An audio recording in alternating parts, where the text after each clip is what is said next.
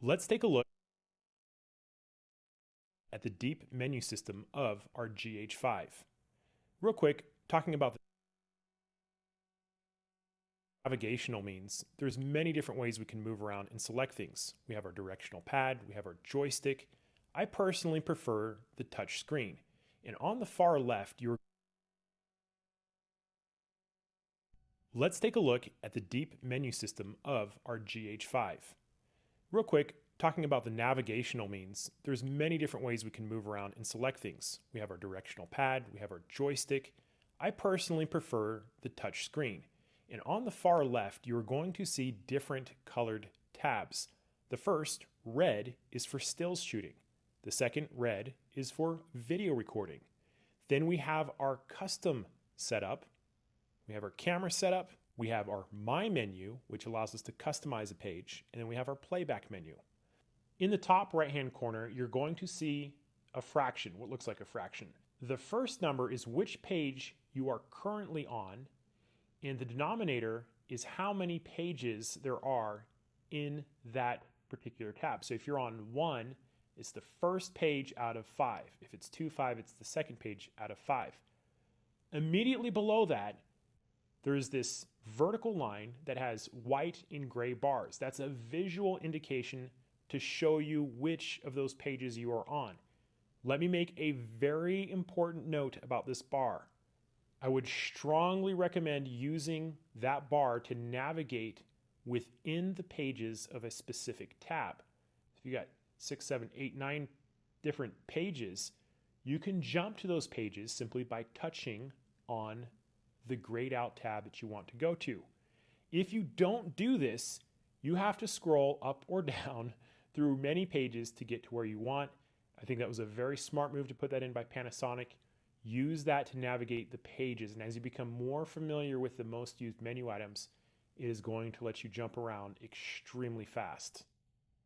For the sake of time, I'm going to be making recommendations in terms of the features you will be using often and the ones you probably won't use at all. So aspect ratio, 4:3, refers to the proportion of the sensor that you are shooting on. For most purposes, I recommend leaving this on 4:3 because if you take a picture and you want to crop it in post, you can, and sometimes you need that extra real estate. But this tells you, essentially, what aspect ratio you are shooting in. If you want to see how this works, select 1:1, and that will give you an aspect ratio of a proportional square. You can take a picture, and your pictures will be squares. The JPEGs are processed this way, and it helps for things like framing while you're shooting if you want to see where the position of things are, things of that nature. Picture size refers to how many megapixels, and if you come into this menu, you're going to see you have 3 options: large, 20 megapixels, medium, 10 megapixels, small, 5 megapixels. If you want to know what the specific resolution is of each of those, just look on the left and you can see each of those measurements. Even give us recommendations in terms of how much area you should be printing on, 8:10 versus 11:14, 16:20, things of that nature. And on the bottom, it gives you the number of remaining pictures for the file type you are currently using, whether it's JPEG, JPEG and RAW, or just RAW. Something else I want to point out is that the display button just below the back rear dial, if you push this, it will give you a short description of what this menu item does. Sometimes it's very helpful, sometimes it's not. But if you ever forget and you need a quick definition, you can push that. Quality refers to how your files are saved, whether it's a JPEG or a RAW file, and how much compression is applied to the JPEGs. So anytime you see the letters RAW, that is referring to the raw data as it's captured by the sensor. The trade-off for RAW is that it has a huge file size, but you can do lots of editing. It has greater dynamic range, better colors, things of that nature. When we're talking about JPEGs, they are typically about 20% the size of a RAW file, and they don't have the processing power we see in RAW files. However, the file size is much smaller. Now, the way we differentiate these in the menu is anything with 3 boxes is a JPEG. Anything that says RAW is a RAW file. So on the top here, we have JPEG, and you see two stacks of these boxes, that is not as compressed as one stack of boxes. The reason why you'd want to do this is because the top one still is twice the file size of the one below it. So if you're shooting and you're running out of space on your card and you only want JPEGs, you technically could switch this over to a lower compression and shoot twice as many. It's typically what it is. Now, if you're shooting professionally or you need an image that is going to be heavily processed, I would recommend shooting in RAW. When I do professional shoots, I'm usually shooting on RAW and JPEG for different reasons. Depends on the shoot. If I'm shooting a wedding or an event where I'm taking thousands of pictures, I'll probably shoot on JPEG simply for the sake of workflow. JPEG files open faster. But if it's a really, really important shoot with not so many images being taken, always shoot RAW. RAW allows me to correct mixed lighting conditions because I have all the color information. That's a whole different conversation. But coming through the options here, we have less compressed JPEG, compressed JPEG, RAW and not as compressed JPEG, RAW and compressed JPEG, and then RAW only. AFS AFF refers to the specific focusing mode that we can designate for the first position on our focusing dial. It's where the AF AE lock, if you look at that first position, you see something similar. AFS, single focus. AFF is a flexible focus. It means we're telling the camera to refocus if our subject moves. I personally like AFS. AF custom setting, parentheses photo, you will see grayed out unless your camera is switched over to AFC, autofocus continuous. Once we set that over, we can come in here, and this allows us to change the sensitivity, the switching sensitivity, and the moving prediction of our continuous autofocus. This is very common in many modern cameras today. It allows you to tweak how your tracking focusing works. My advice for beginning users is to not mess with it. As you shoot more and more, you may decide to tweak this to get a higher keeper rate when shooting sports. Photo styles is something that I kind of like to refer to as JPEG recipes. We're giving instructions to the camera to make very specific decisions in regards to how our JPEG files are processed. For the most part, in the beginning, standard's going to be fine. However, if you want to have, more vibrant colors, say in your landscapes, you might select something like scenery. If you want more accurate flesh tones, you might pick the portrait. If you are a videographer, you might pick Cinelike D, more flat profile. To the right side of it, we also get these custom settings that you can see in here. The first is contrast. It allows us to change the difference values in our brights and our darks. Sharpness, noise reduction, saturation, and color hue. So you can come in here and tweak all these until your heart's content.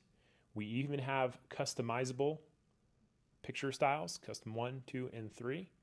Very useful, especially for video work. There's also a log profile that will become available for download. I think it's a $100 upgrade. It's not available at the time of this recording. That is going to be extremely useful for videographers. Filter settings, in all honesty, I don't ever mess with them, but if you want to, you would come in here, press the set button, turn the filter effect on, and then you can come down to set and scroll through a number of different effects. The reason why I don't like to do this is because it's kind of gimmicky, and I like to shoot on a flat profile and do all my editing, we're talking about video, in post-production. This would also apply to stills, but I just think it's a gimmick, and you can do all these things in post, but if you wanted to play around with it, definitely come in here and look around. Simultaneous record without filter means it's going to save a second image without the effect applied, so if you're worried about, getting both of them, it's there for you if you want it. Just not something I use. Color space. For the most part, you're going to be shooting on sRGB. If you know what Adobe RGB is, and if you're shooting for a magazine or very high-end work, you're probably going to be shooting on Adobe RGB. sRGB for casual shooting is fine. Has to do with the range of different colors that the camera can see. Metering mode is how the camera measures light coming into the lens. This allows us to change the metering modes. Most of the time I'm on evaluative, but if you want a spot mode, it's in here. Shadow and highlight allows us to adjust the brightness curve between highlights and shadows. And we can do this by rotating the front wheel for highlights and the back wheel for shadows. Typically in Photoshop, it's a very common adjustment to make. This allows us to do it before the shot is even taken. Again, not something I recommend beginners mess around with. Now these next two, eye dynamic and eye resolution, have to do with how JPEGs are being saved. It's more creative use in terms of the tweaking. Eye dynamic deals with the dynamic range. Eye resolution is the sharpness and the resolution. When I shoot, I typically do not have these turned on because any processing I do it on a big computer screen so I can see. You can turn these on to auto or standard, and the camera is going to apply a little bit more dynamic range or a little bit greater sharpness. Resolution is, I don't really like that word because you're limited to the number of megapixels your camera has, but it might try to increase the detail by sharpening the image a little bit. Flash is going to be grayed out until you attach a compatible flash to it. It's beyond the scope of this video. Red eye removal. When we use flash, we get this reflection off the insides of our subject's eyes. It looks very bright, very red. This feature tells the camera to detect and clean it up automatically. ISO sensitivity, this is for the photo settings. We can set a lower and a higher setting. If you come in here, 200 is the lowest you can go. You can go all the way up to 12,800. We also can set the upper limit if that's something you want to do. Minimum shutter speed deals specifically with aperture priority mode. It'll be grayed out unless the mode dial is turned to A. This allows us to set a hard limit to the shutter speed that the camera can use. So if you pick 1/60th of a second, the camera will not use a shutter speed faster than that. Long exposure or long shutter noise reduction allows us to tell the camera to clean up any noise associated with longer exposures. Shading composition is really anti-vignetting. So if you're using a very wide focal length lens and we get these dark corners, this allows the camera to clean up those dark corners on the JPEGs. Diffraction compensation is another fancy way of saying it's going to increase the sharpness of your image when you're shooting at very small apertures. So anything over f11, f13, most lenses run into diffraction problems. It's when you have a deeper depth of field, but you lose sharpness. And so I think this is an attempt to try to fix that when shooting at very small apertures. The GH5 comes with an internal sensor stabilizer, and the idea of this is to correct motion and vibrations as we hold the camera. If you come into the stabilizer mode and you see the hand icon, this is basically in multi-direction. When we see the hand icon with up-down, this limits stabilization to the up and down directions. For the most part, I leave it on the hand-only icon, and the stabilizer is really good. It's actually amazing.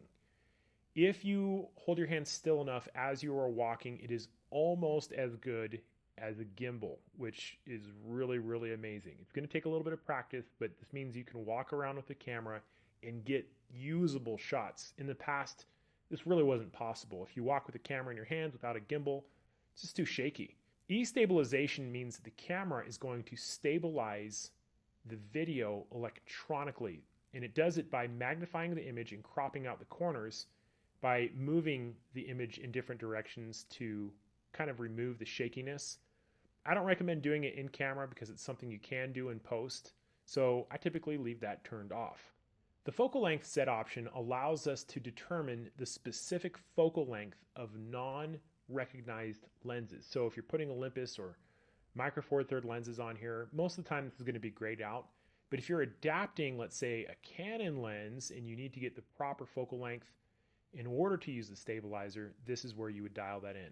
Extra teleconverter is something that I recommend not playing with for stills. It can be very useful for video because it allows the camera to use a smaller part of the sensor in order to push in closer without losing resolution. For stills, however, we're using the full sensor, and so when you push in, you're losing resolution, and this is something that you can do in post simply by cropping. Digital zoom is something else I don't recommend using because it's simply telling the camera to blow the image up and you are going to lose resolution. This is something you can also do in post. Burst rate refers to the maximum frames per second the camera can take when we're using a multiple burst mode. It's on the release dial, many of those frames. How many frames per second are we shooting?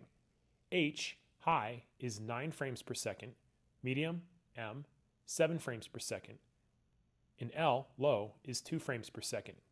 If we are shooting RAWs, we're going to get about 60 shots before the buffer starts to fill. If we're shooting JPEG, it can be closer to 600. 6K or 4K photo. This is a crazy cool feature. It essentially means we're going to use our video camera only to shoot images in such a way that we are intending to export them as JPEGs. The compression type is very different than when we are recording video only. It's a lot to go into, but to suffice it to say that 6K, 4K photo video mode, the individual images are going to be cleaner. So if you want to shoot video with the intention of exporting stills, this is the mode you want to do. I'll try to explain it briefly. On the top, picture size and burst speed. When you come in here, we see 6K. If we look to the left, we can see the actual resolution. It's almost the whole sensor. Shooting at a 4:3 ratio at a burst rate of 30 frames per second. So when we're shooting 6K photo, we are recording video that is shooting 30 frames per second at that resolution. It will make your camera warm. If you don't want to shoot at 6K, you can come down and choose 4K, different resolution, but you can see that we also get a burst rate of 60 frames per second. So you can shoot at 4K 60 frames per second for a limited amount of time, ideally, again, for exporting JPEGs. The one below it is 30 frames per second.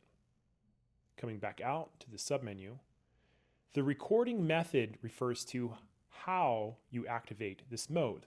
The first is to push and hold the shutter release button down. The second is to push the shutter button to start and stop recording. 6K pre-burst means that the camera is going to be recording for 1 second before and after you push the shutter button down all the way. So it's almost like you're using it to take pictures, but when you push that shutter button halfway down, the camera starts pre-buffering images, and then when you push it down all the way, it's going to record the last second up to that specific point. When you release it, the camera is going to shoot another 1 second, and that way we have some bookends in terms of whatever it is you're shooting, and this allows you to capture the action. If you got something like a kid swinging a baseball bat at a ball, it would allow you to catch many of those moments leading right up to it and right after it, so you could hopefully get one where the bat is physically connecting with the ball. So if you come back out, pre-burst recording, this will turn on when you select one of those pre-burst modes. And on the bottom here, you're going to see something that says loop recording. You won't see it unless you're in one of the 4K modes. Let's see if we can turn this on. There it is. Loop recording is something I would recommend being very cautious about because it basically means you're giving the camera permission to write over old data on your memory card once the card fills up. So if you're shooting and you're running out of space, hey camera, write right over the old stuff. So in some cases it can be useful. I would just recommend some caution using that. Post focus allows us to do focus stacking on certain types of shooting, macro photography, for example, where we want to get a different depth of field. And the way it works is you use it with your 6K photo mode, and then you would touch on the screen where you want to focus, and a new image would be then created. You can do this with some of the manual controls just by knowing how to operate your focusing of the camera. Self timer is how long do you want the camera to delay after you push the shutter button down all the way. You can go 10 seconds, 2 seconds. We also have a 10-second 3-shot burst. Time-lapse versus animation. They sound very similar, but suffice it to say, time-lapse is going to be specific intervals over longer periods. Animation allows us to move things in front of the camera and take pictures at irregular intervals, typically within 1 minute, like if you're using clay or Legos or something of that nature. So when you come into this part of the menu, time-lapse shot is you're programming the camera to take pictures at set intervals, but we could also select the stop motion animation and select whether you want it to shoot auto or every 60 seconds. And we can adjust by increments of 10 seconds, 10 through 60 seconds. So just depending on what you're doing. There's also a way to take these images and put them together in a movie. Very nice. Come back out. Silent mode tells the camera to turn off the flash, the autofocus assist lamp, sound, the shutter noise, playback sound, all that will be turned off. It's a do-all if you're shooting in a situation where it needs to be totally quiet. And there are places this is very useful, like on a movie set. If you're shooting stills for a video production, you can't make any noise. Real quick, let's talk about shutter type. Different than the silent mode in that this only applies to the mechanical curtains of the camera. There's a first curtain and a second curtain that raise and close with every shot. M shutter means it's going to shoot as the camera normally should.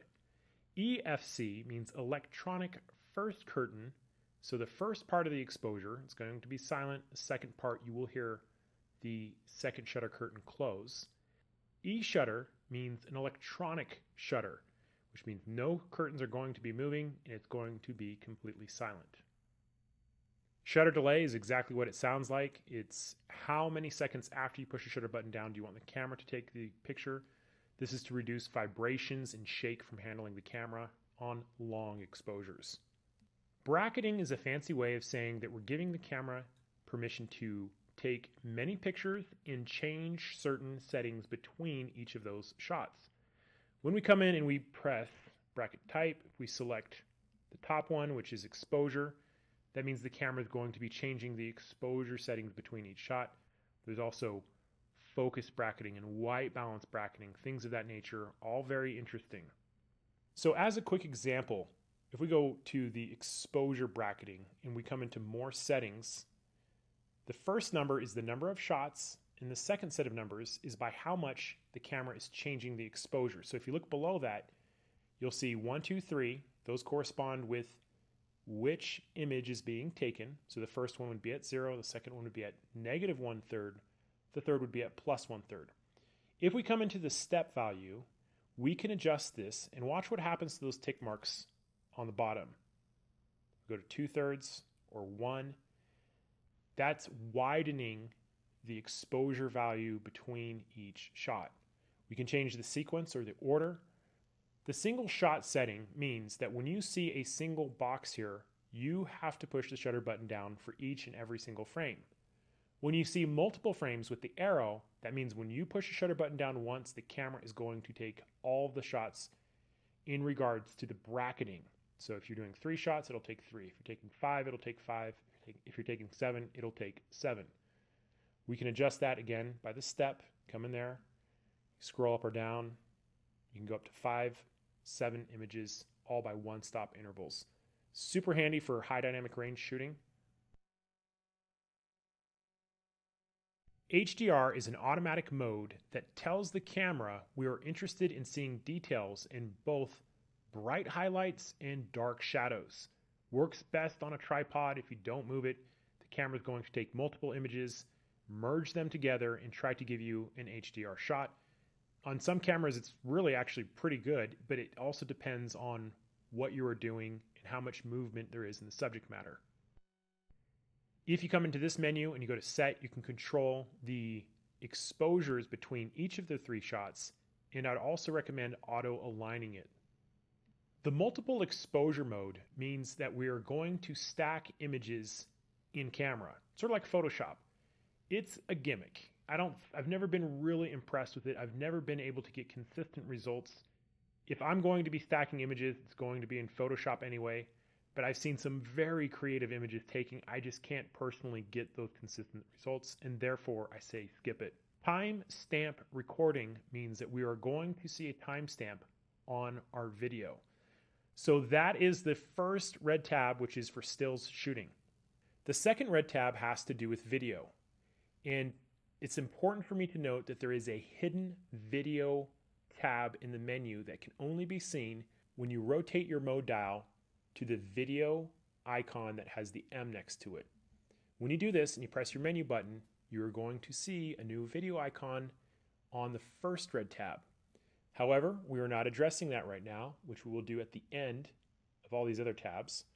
For right now, rotate your dial to M, press menu, and we're going to talk about the video icon. This is the second red tab because we can shoot at any time in video mode, even when we're on P, A, S, or M. So real quick, without getting into too much about recording formats, AVCHD is a very low bit rate. Bit rate has to do with the amount of information that's being written to your memory card. It's typically best for TVs. MP4 is better for viewing on computers, and there are times to shoot at MP4, but for most cases, 9 times out of 10, I am shooting on MOV, the movie format. And you get different options depending on which recording format you're using. So for the sake of this demonstration, select MOV. Again, you're going to need somewhat of a powerful computer to edit 4K video in the MOV format. And below that, we have record quality. We see these 4 different boxes. Make sure you're all the way up to the top on page 1 out of the 2 and highlight that first one. Okay, this can be very confusing. I'll include a video that talks about the nomenclature and what some of these things mean. Cinema 4K or C4K is the maximum 4K resolution of this camera. It's 4,096 pixels by 2,160 pixels. So that's the width and the height. 23.98 is the number of frames being shot per second. Typically, film is 24 frames per second. Video is about 30 frames per second. You'll also notice in this description 422 10-bit. Very exclusive to the GH5 right now. It's basically a miracle. Cutting edge technology. 10-bit has to do with the number of colors that can be seen by the camera, and the 422 has to do with the amount of information dedicated to color per every 4 pixels. And without getting too much into chroma subsampling, this is twice as much as 420. I've been in many arguments on YouTube about 422 and 10-bit. Suffice it to say that it's not raw video, but there's twice as much color information in 422, which means you are going to have a better time processing it. It's going to be easier. Now, if you're asking the question, do I need 10-bit? 9 times out of 10, I'm going to tell you no. If you don't know what 10-bit is and what it does for you, 10-bit 422, if you don't know what those terms mean, most of the time it's not going to matter because professional cinematographers, professional videographers, they know why it's so important. If you're speaking to a photographer who sometimes shoots video, I've heard many of them say it's useless, and that is just not the case. If you're shooting something for the big screen or something that you'll see on a high resolution monitor and you're going for absolute quality, definitely 10-bit 422. If you are shooting for YouTube or your kid's messing around or something like that, then no, you don't need it. 8-bit 420 is going to suffice in an 8-bit world. So there are 10-bit monitors out there, and there's colorists where this is their life and they're pushing colors around. That's when it's going to matter. So I know that's a long spiel on that, but this Mbps has to do with the amount of data that's being written in every second. So 150 megabits per second is a measure of data. It's how fast the camera is writing to a memory card, and you have to have a card that's fast enough to handle it to be shooting at that level. I look at the megabits per second as a measure of quality, and I've been in many other discussions with many other people on YouTube who say it doesn't matter, and I strongly disagree with them. The megabits per second, the data rate is huge. It's very important. So that's what we're seeing on the right here. We're seeing the resolution nickname, the bit, the data transfer rate, and the frames per second. And as you scroll down, you can see very slight variations in this. 420 8-bit, not as much color. And then we get down to 4K, which has a slightly smaller width than Cinema 4K. And again, we have all these other options. So very important when shooting video to know about these things. And one thing that you will notice when you get to the 5th one is we see this VFR available. What this means is variable frame rate. That means we can change how many frames per second we're recording, and when we shoot faster than our output frame rate, so let's say we're shooting for video, 30 frames per second, and I want to record at 150 frames per second, and I play it back at 30, it's going to be 5 times the slow motion, and our cameras will go up to 180 frames per second, the GH5. This is why it's freaking awesome. It's amazing. When you see that icon and you select that, you can come back out to the menu, and when you rotate the mode dial to the video icon with the M, go into the menu. I know it's kind of kooky like this. Variable frame rate is now highlighted. It will not be highlighted if you do not have the right resolution set for it. So I point that out now because it's a question I know I'm going to get a lot about. Coming back into the record quality, we can continue to scroll down. So when we see FHD, you can see that the resolution changes to 1920 by 1080. And again, we have 60 frames per second if we need it, 100 megabits per second. And something else I need to point out is that when you're shooting a smaller frame, like full HD, and you have 100 megabits per second, you have a greater quality of image because the data rate is the same. So if you're writing at 100 megabits per second for a 4K image versus 100 megabits per second at a full frame image, you could expect significant improvement in quality. Sometimes people ask me, why would you shoot it at 1080? Well, there may be times you want a higher bitrate for that format. And maybe that's too much information to go into. The takeaway message is this is really important. This is how you're going to read the resolution, the frame rate, the data rate, all those things, and now you know how to do it. Coming back to the menu, we have our time code. This basically allows us to determine how time code is recorded to the camera, whether it's a record run, that means it starts off at 0, or it's a continuous run. You know, it's always running. That's useful for syncing up cameras. We have our time code value if we wanted to input a new time code, the mode. If we're feeding it out through an HDMI cable, typically you want to see the time code on the monitors, and this can all be done from this part of the menu. Now, many of the things in the second red tab are identical to everything we talked about in the first red tab, only it applies to video now. So we can skip a lot of these things because they've already been discussed. AFS, AFF, we've already talked about that. Continuous autofocus allows us to tell the camera to focus over and over and over again in video mode. 9 times out of 10 when I'm shooting video, it's manual. So I can control the focus when it happens, where it happens, things of that nature. And that's how it works in Hollywood. Almost exclusively manually focusing. However, there are times that a continuous focus would be very useful, such as shooting on a gimbal, which is a 3-axis stabilizer that allows us to move the camera around and walk around. Or maybe if you're using the internal stabilizer and you want tracking focus, you would turn this on. The AF custom setting allows us to tweak the responsiveness of this, and it's going to behave differently depending on your subject matter, how fast you're moving, things of that nature. You'd come down to set. It would allow us to tweak our speed and sensitivity. If it's so serious that you need to do this, I would actually recommend a different camera because it's so much better. And I hate to say it, but the A6300, the A6500 cameras I've owned, they're really good at tracking moving shots as you're walking. But in the testing that I've done, it's not the best in continuous focusing. So just be aware of that. It's an incredible camera. It does have some limitations. Photo style, we've seen. Filter settings, we've seen. So the luminance levels, some of these are going to be set automatically depending on which picture style you're using in shooting. And there's a lot of misunderstanding about what these do. They have more to do with the display of luminance values more so than the capture or the recording of luminance values. So those are two different things. So you can't capture more dynamic range by changing the setting. You can change how it would be displayed depending on what editor you're using.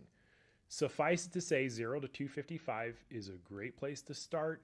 And depending on the program you're using, you can save a step or two by picking the others. Some of these will be designated by the camera For example, if you're shooting in 10-bit 422, you're going to see different values in here. If you're using V-Log, you'll see a set value, things of that nature. So my advice is don't worry about it too much. 0 to 55 is a great place to start. Our metering mode, again, is how the camera measures light. We have our highlight shadow, dynamic resolution. All these we've covered already. Sensitivity, shading, diffraction. The stabilizer, again, the same thing.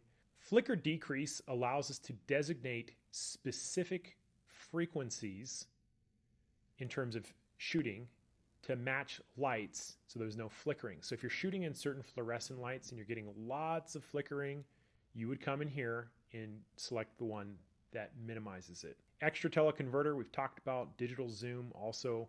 The teleconverter is useful in video because we can use a smaller part of the sensor depending on whether we're shooting in 4K or 1080. This allows us to punch in without losing resolution. Just know it has some limits.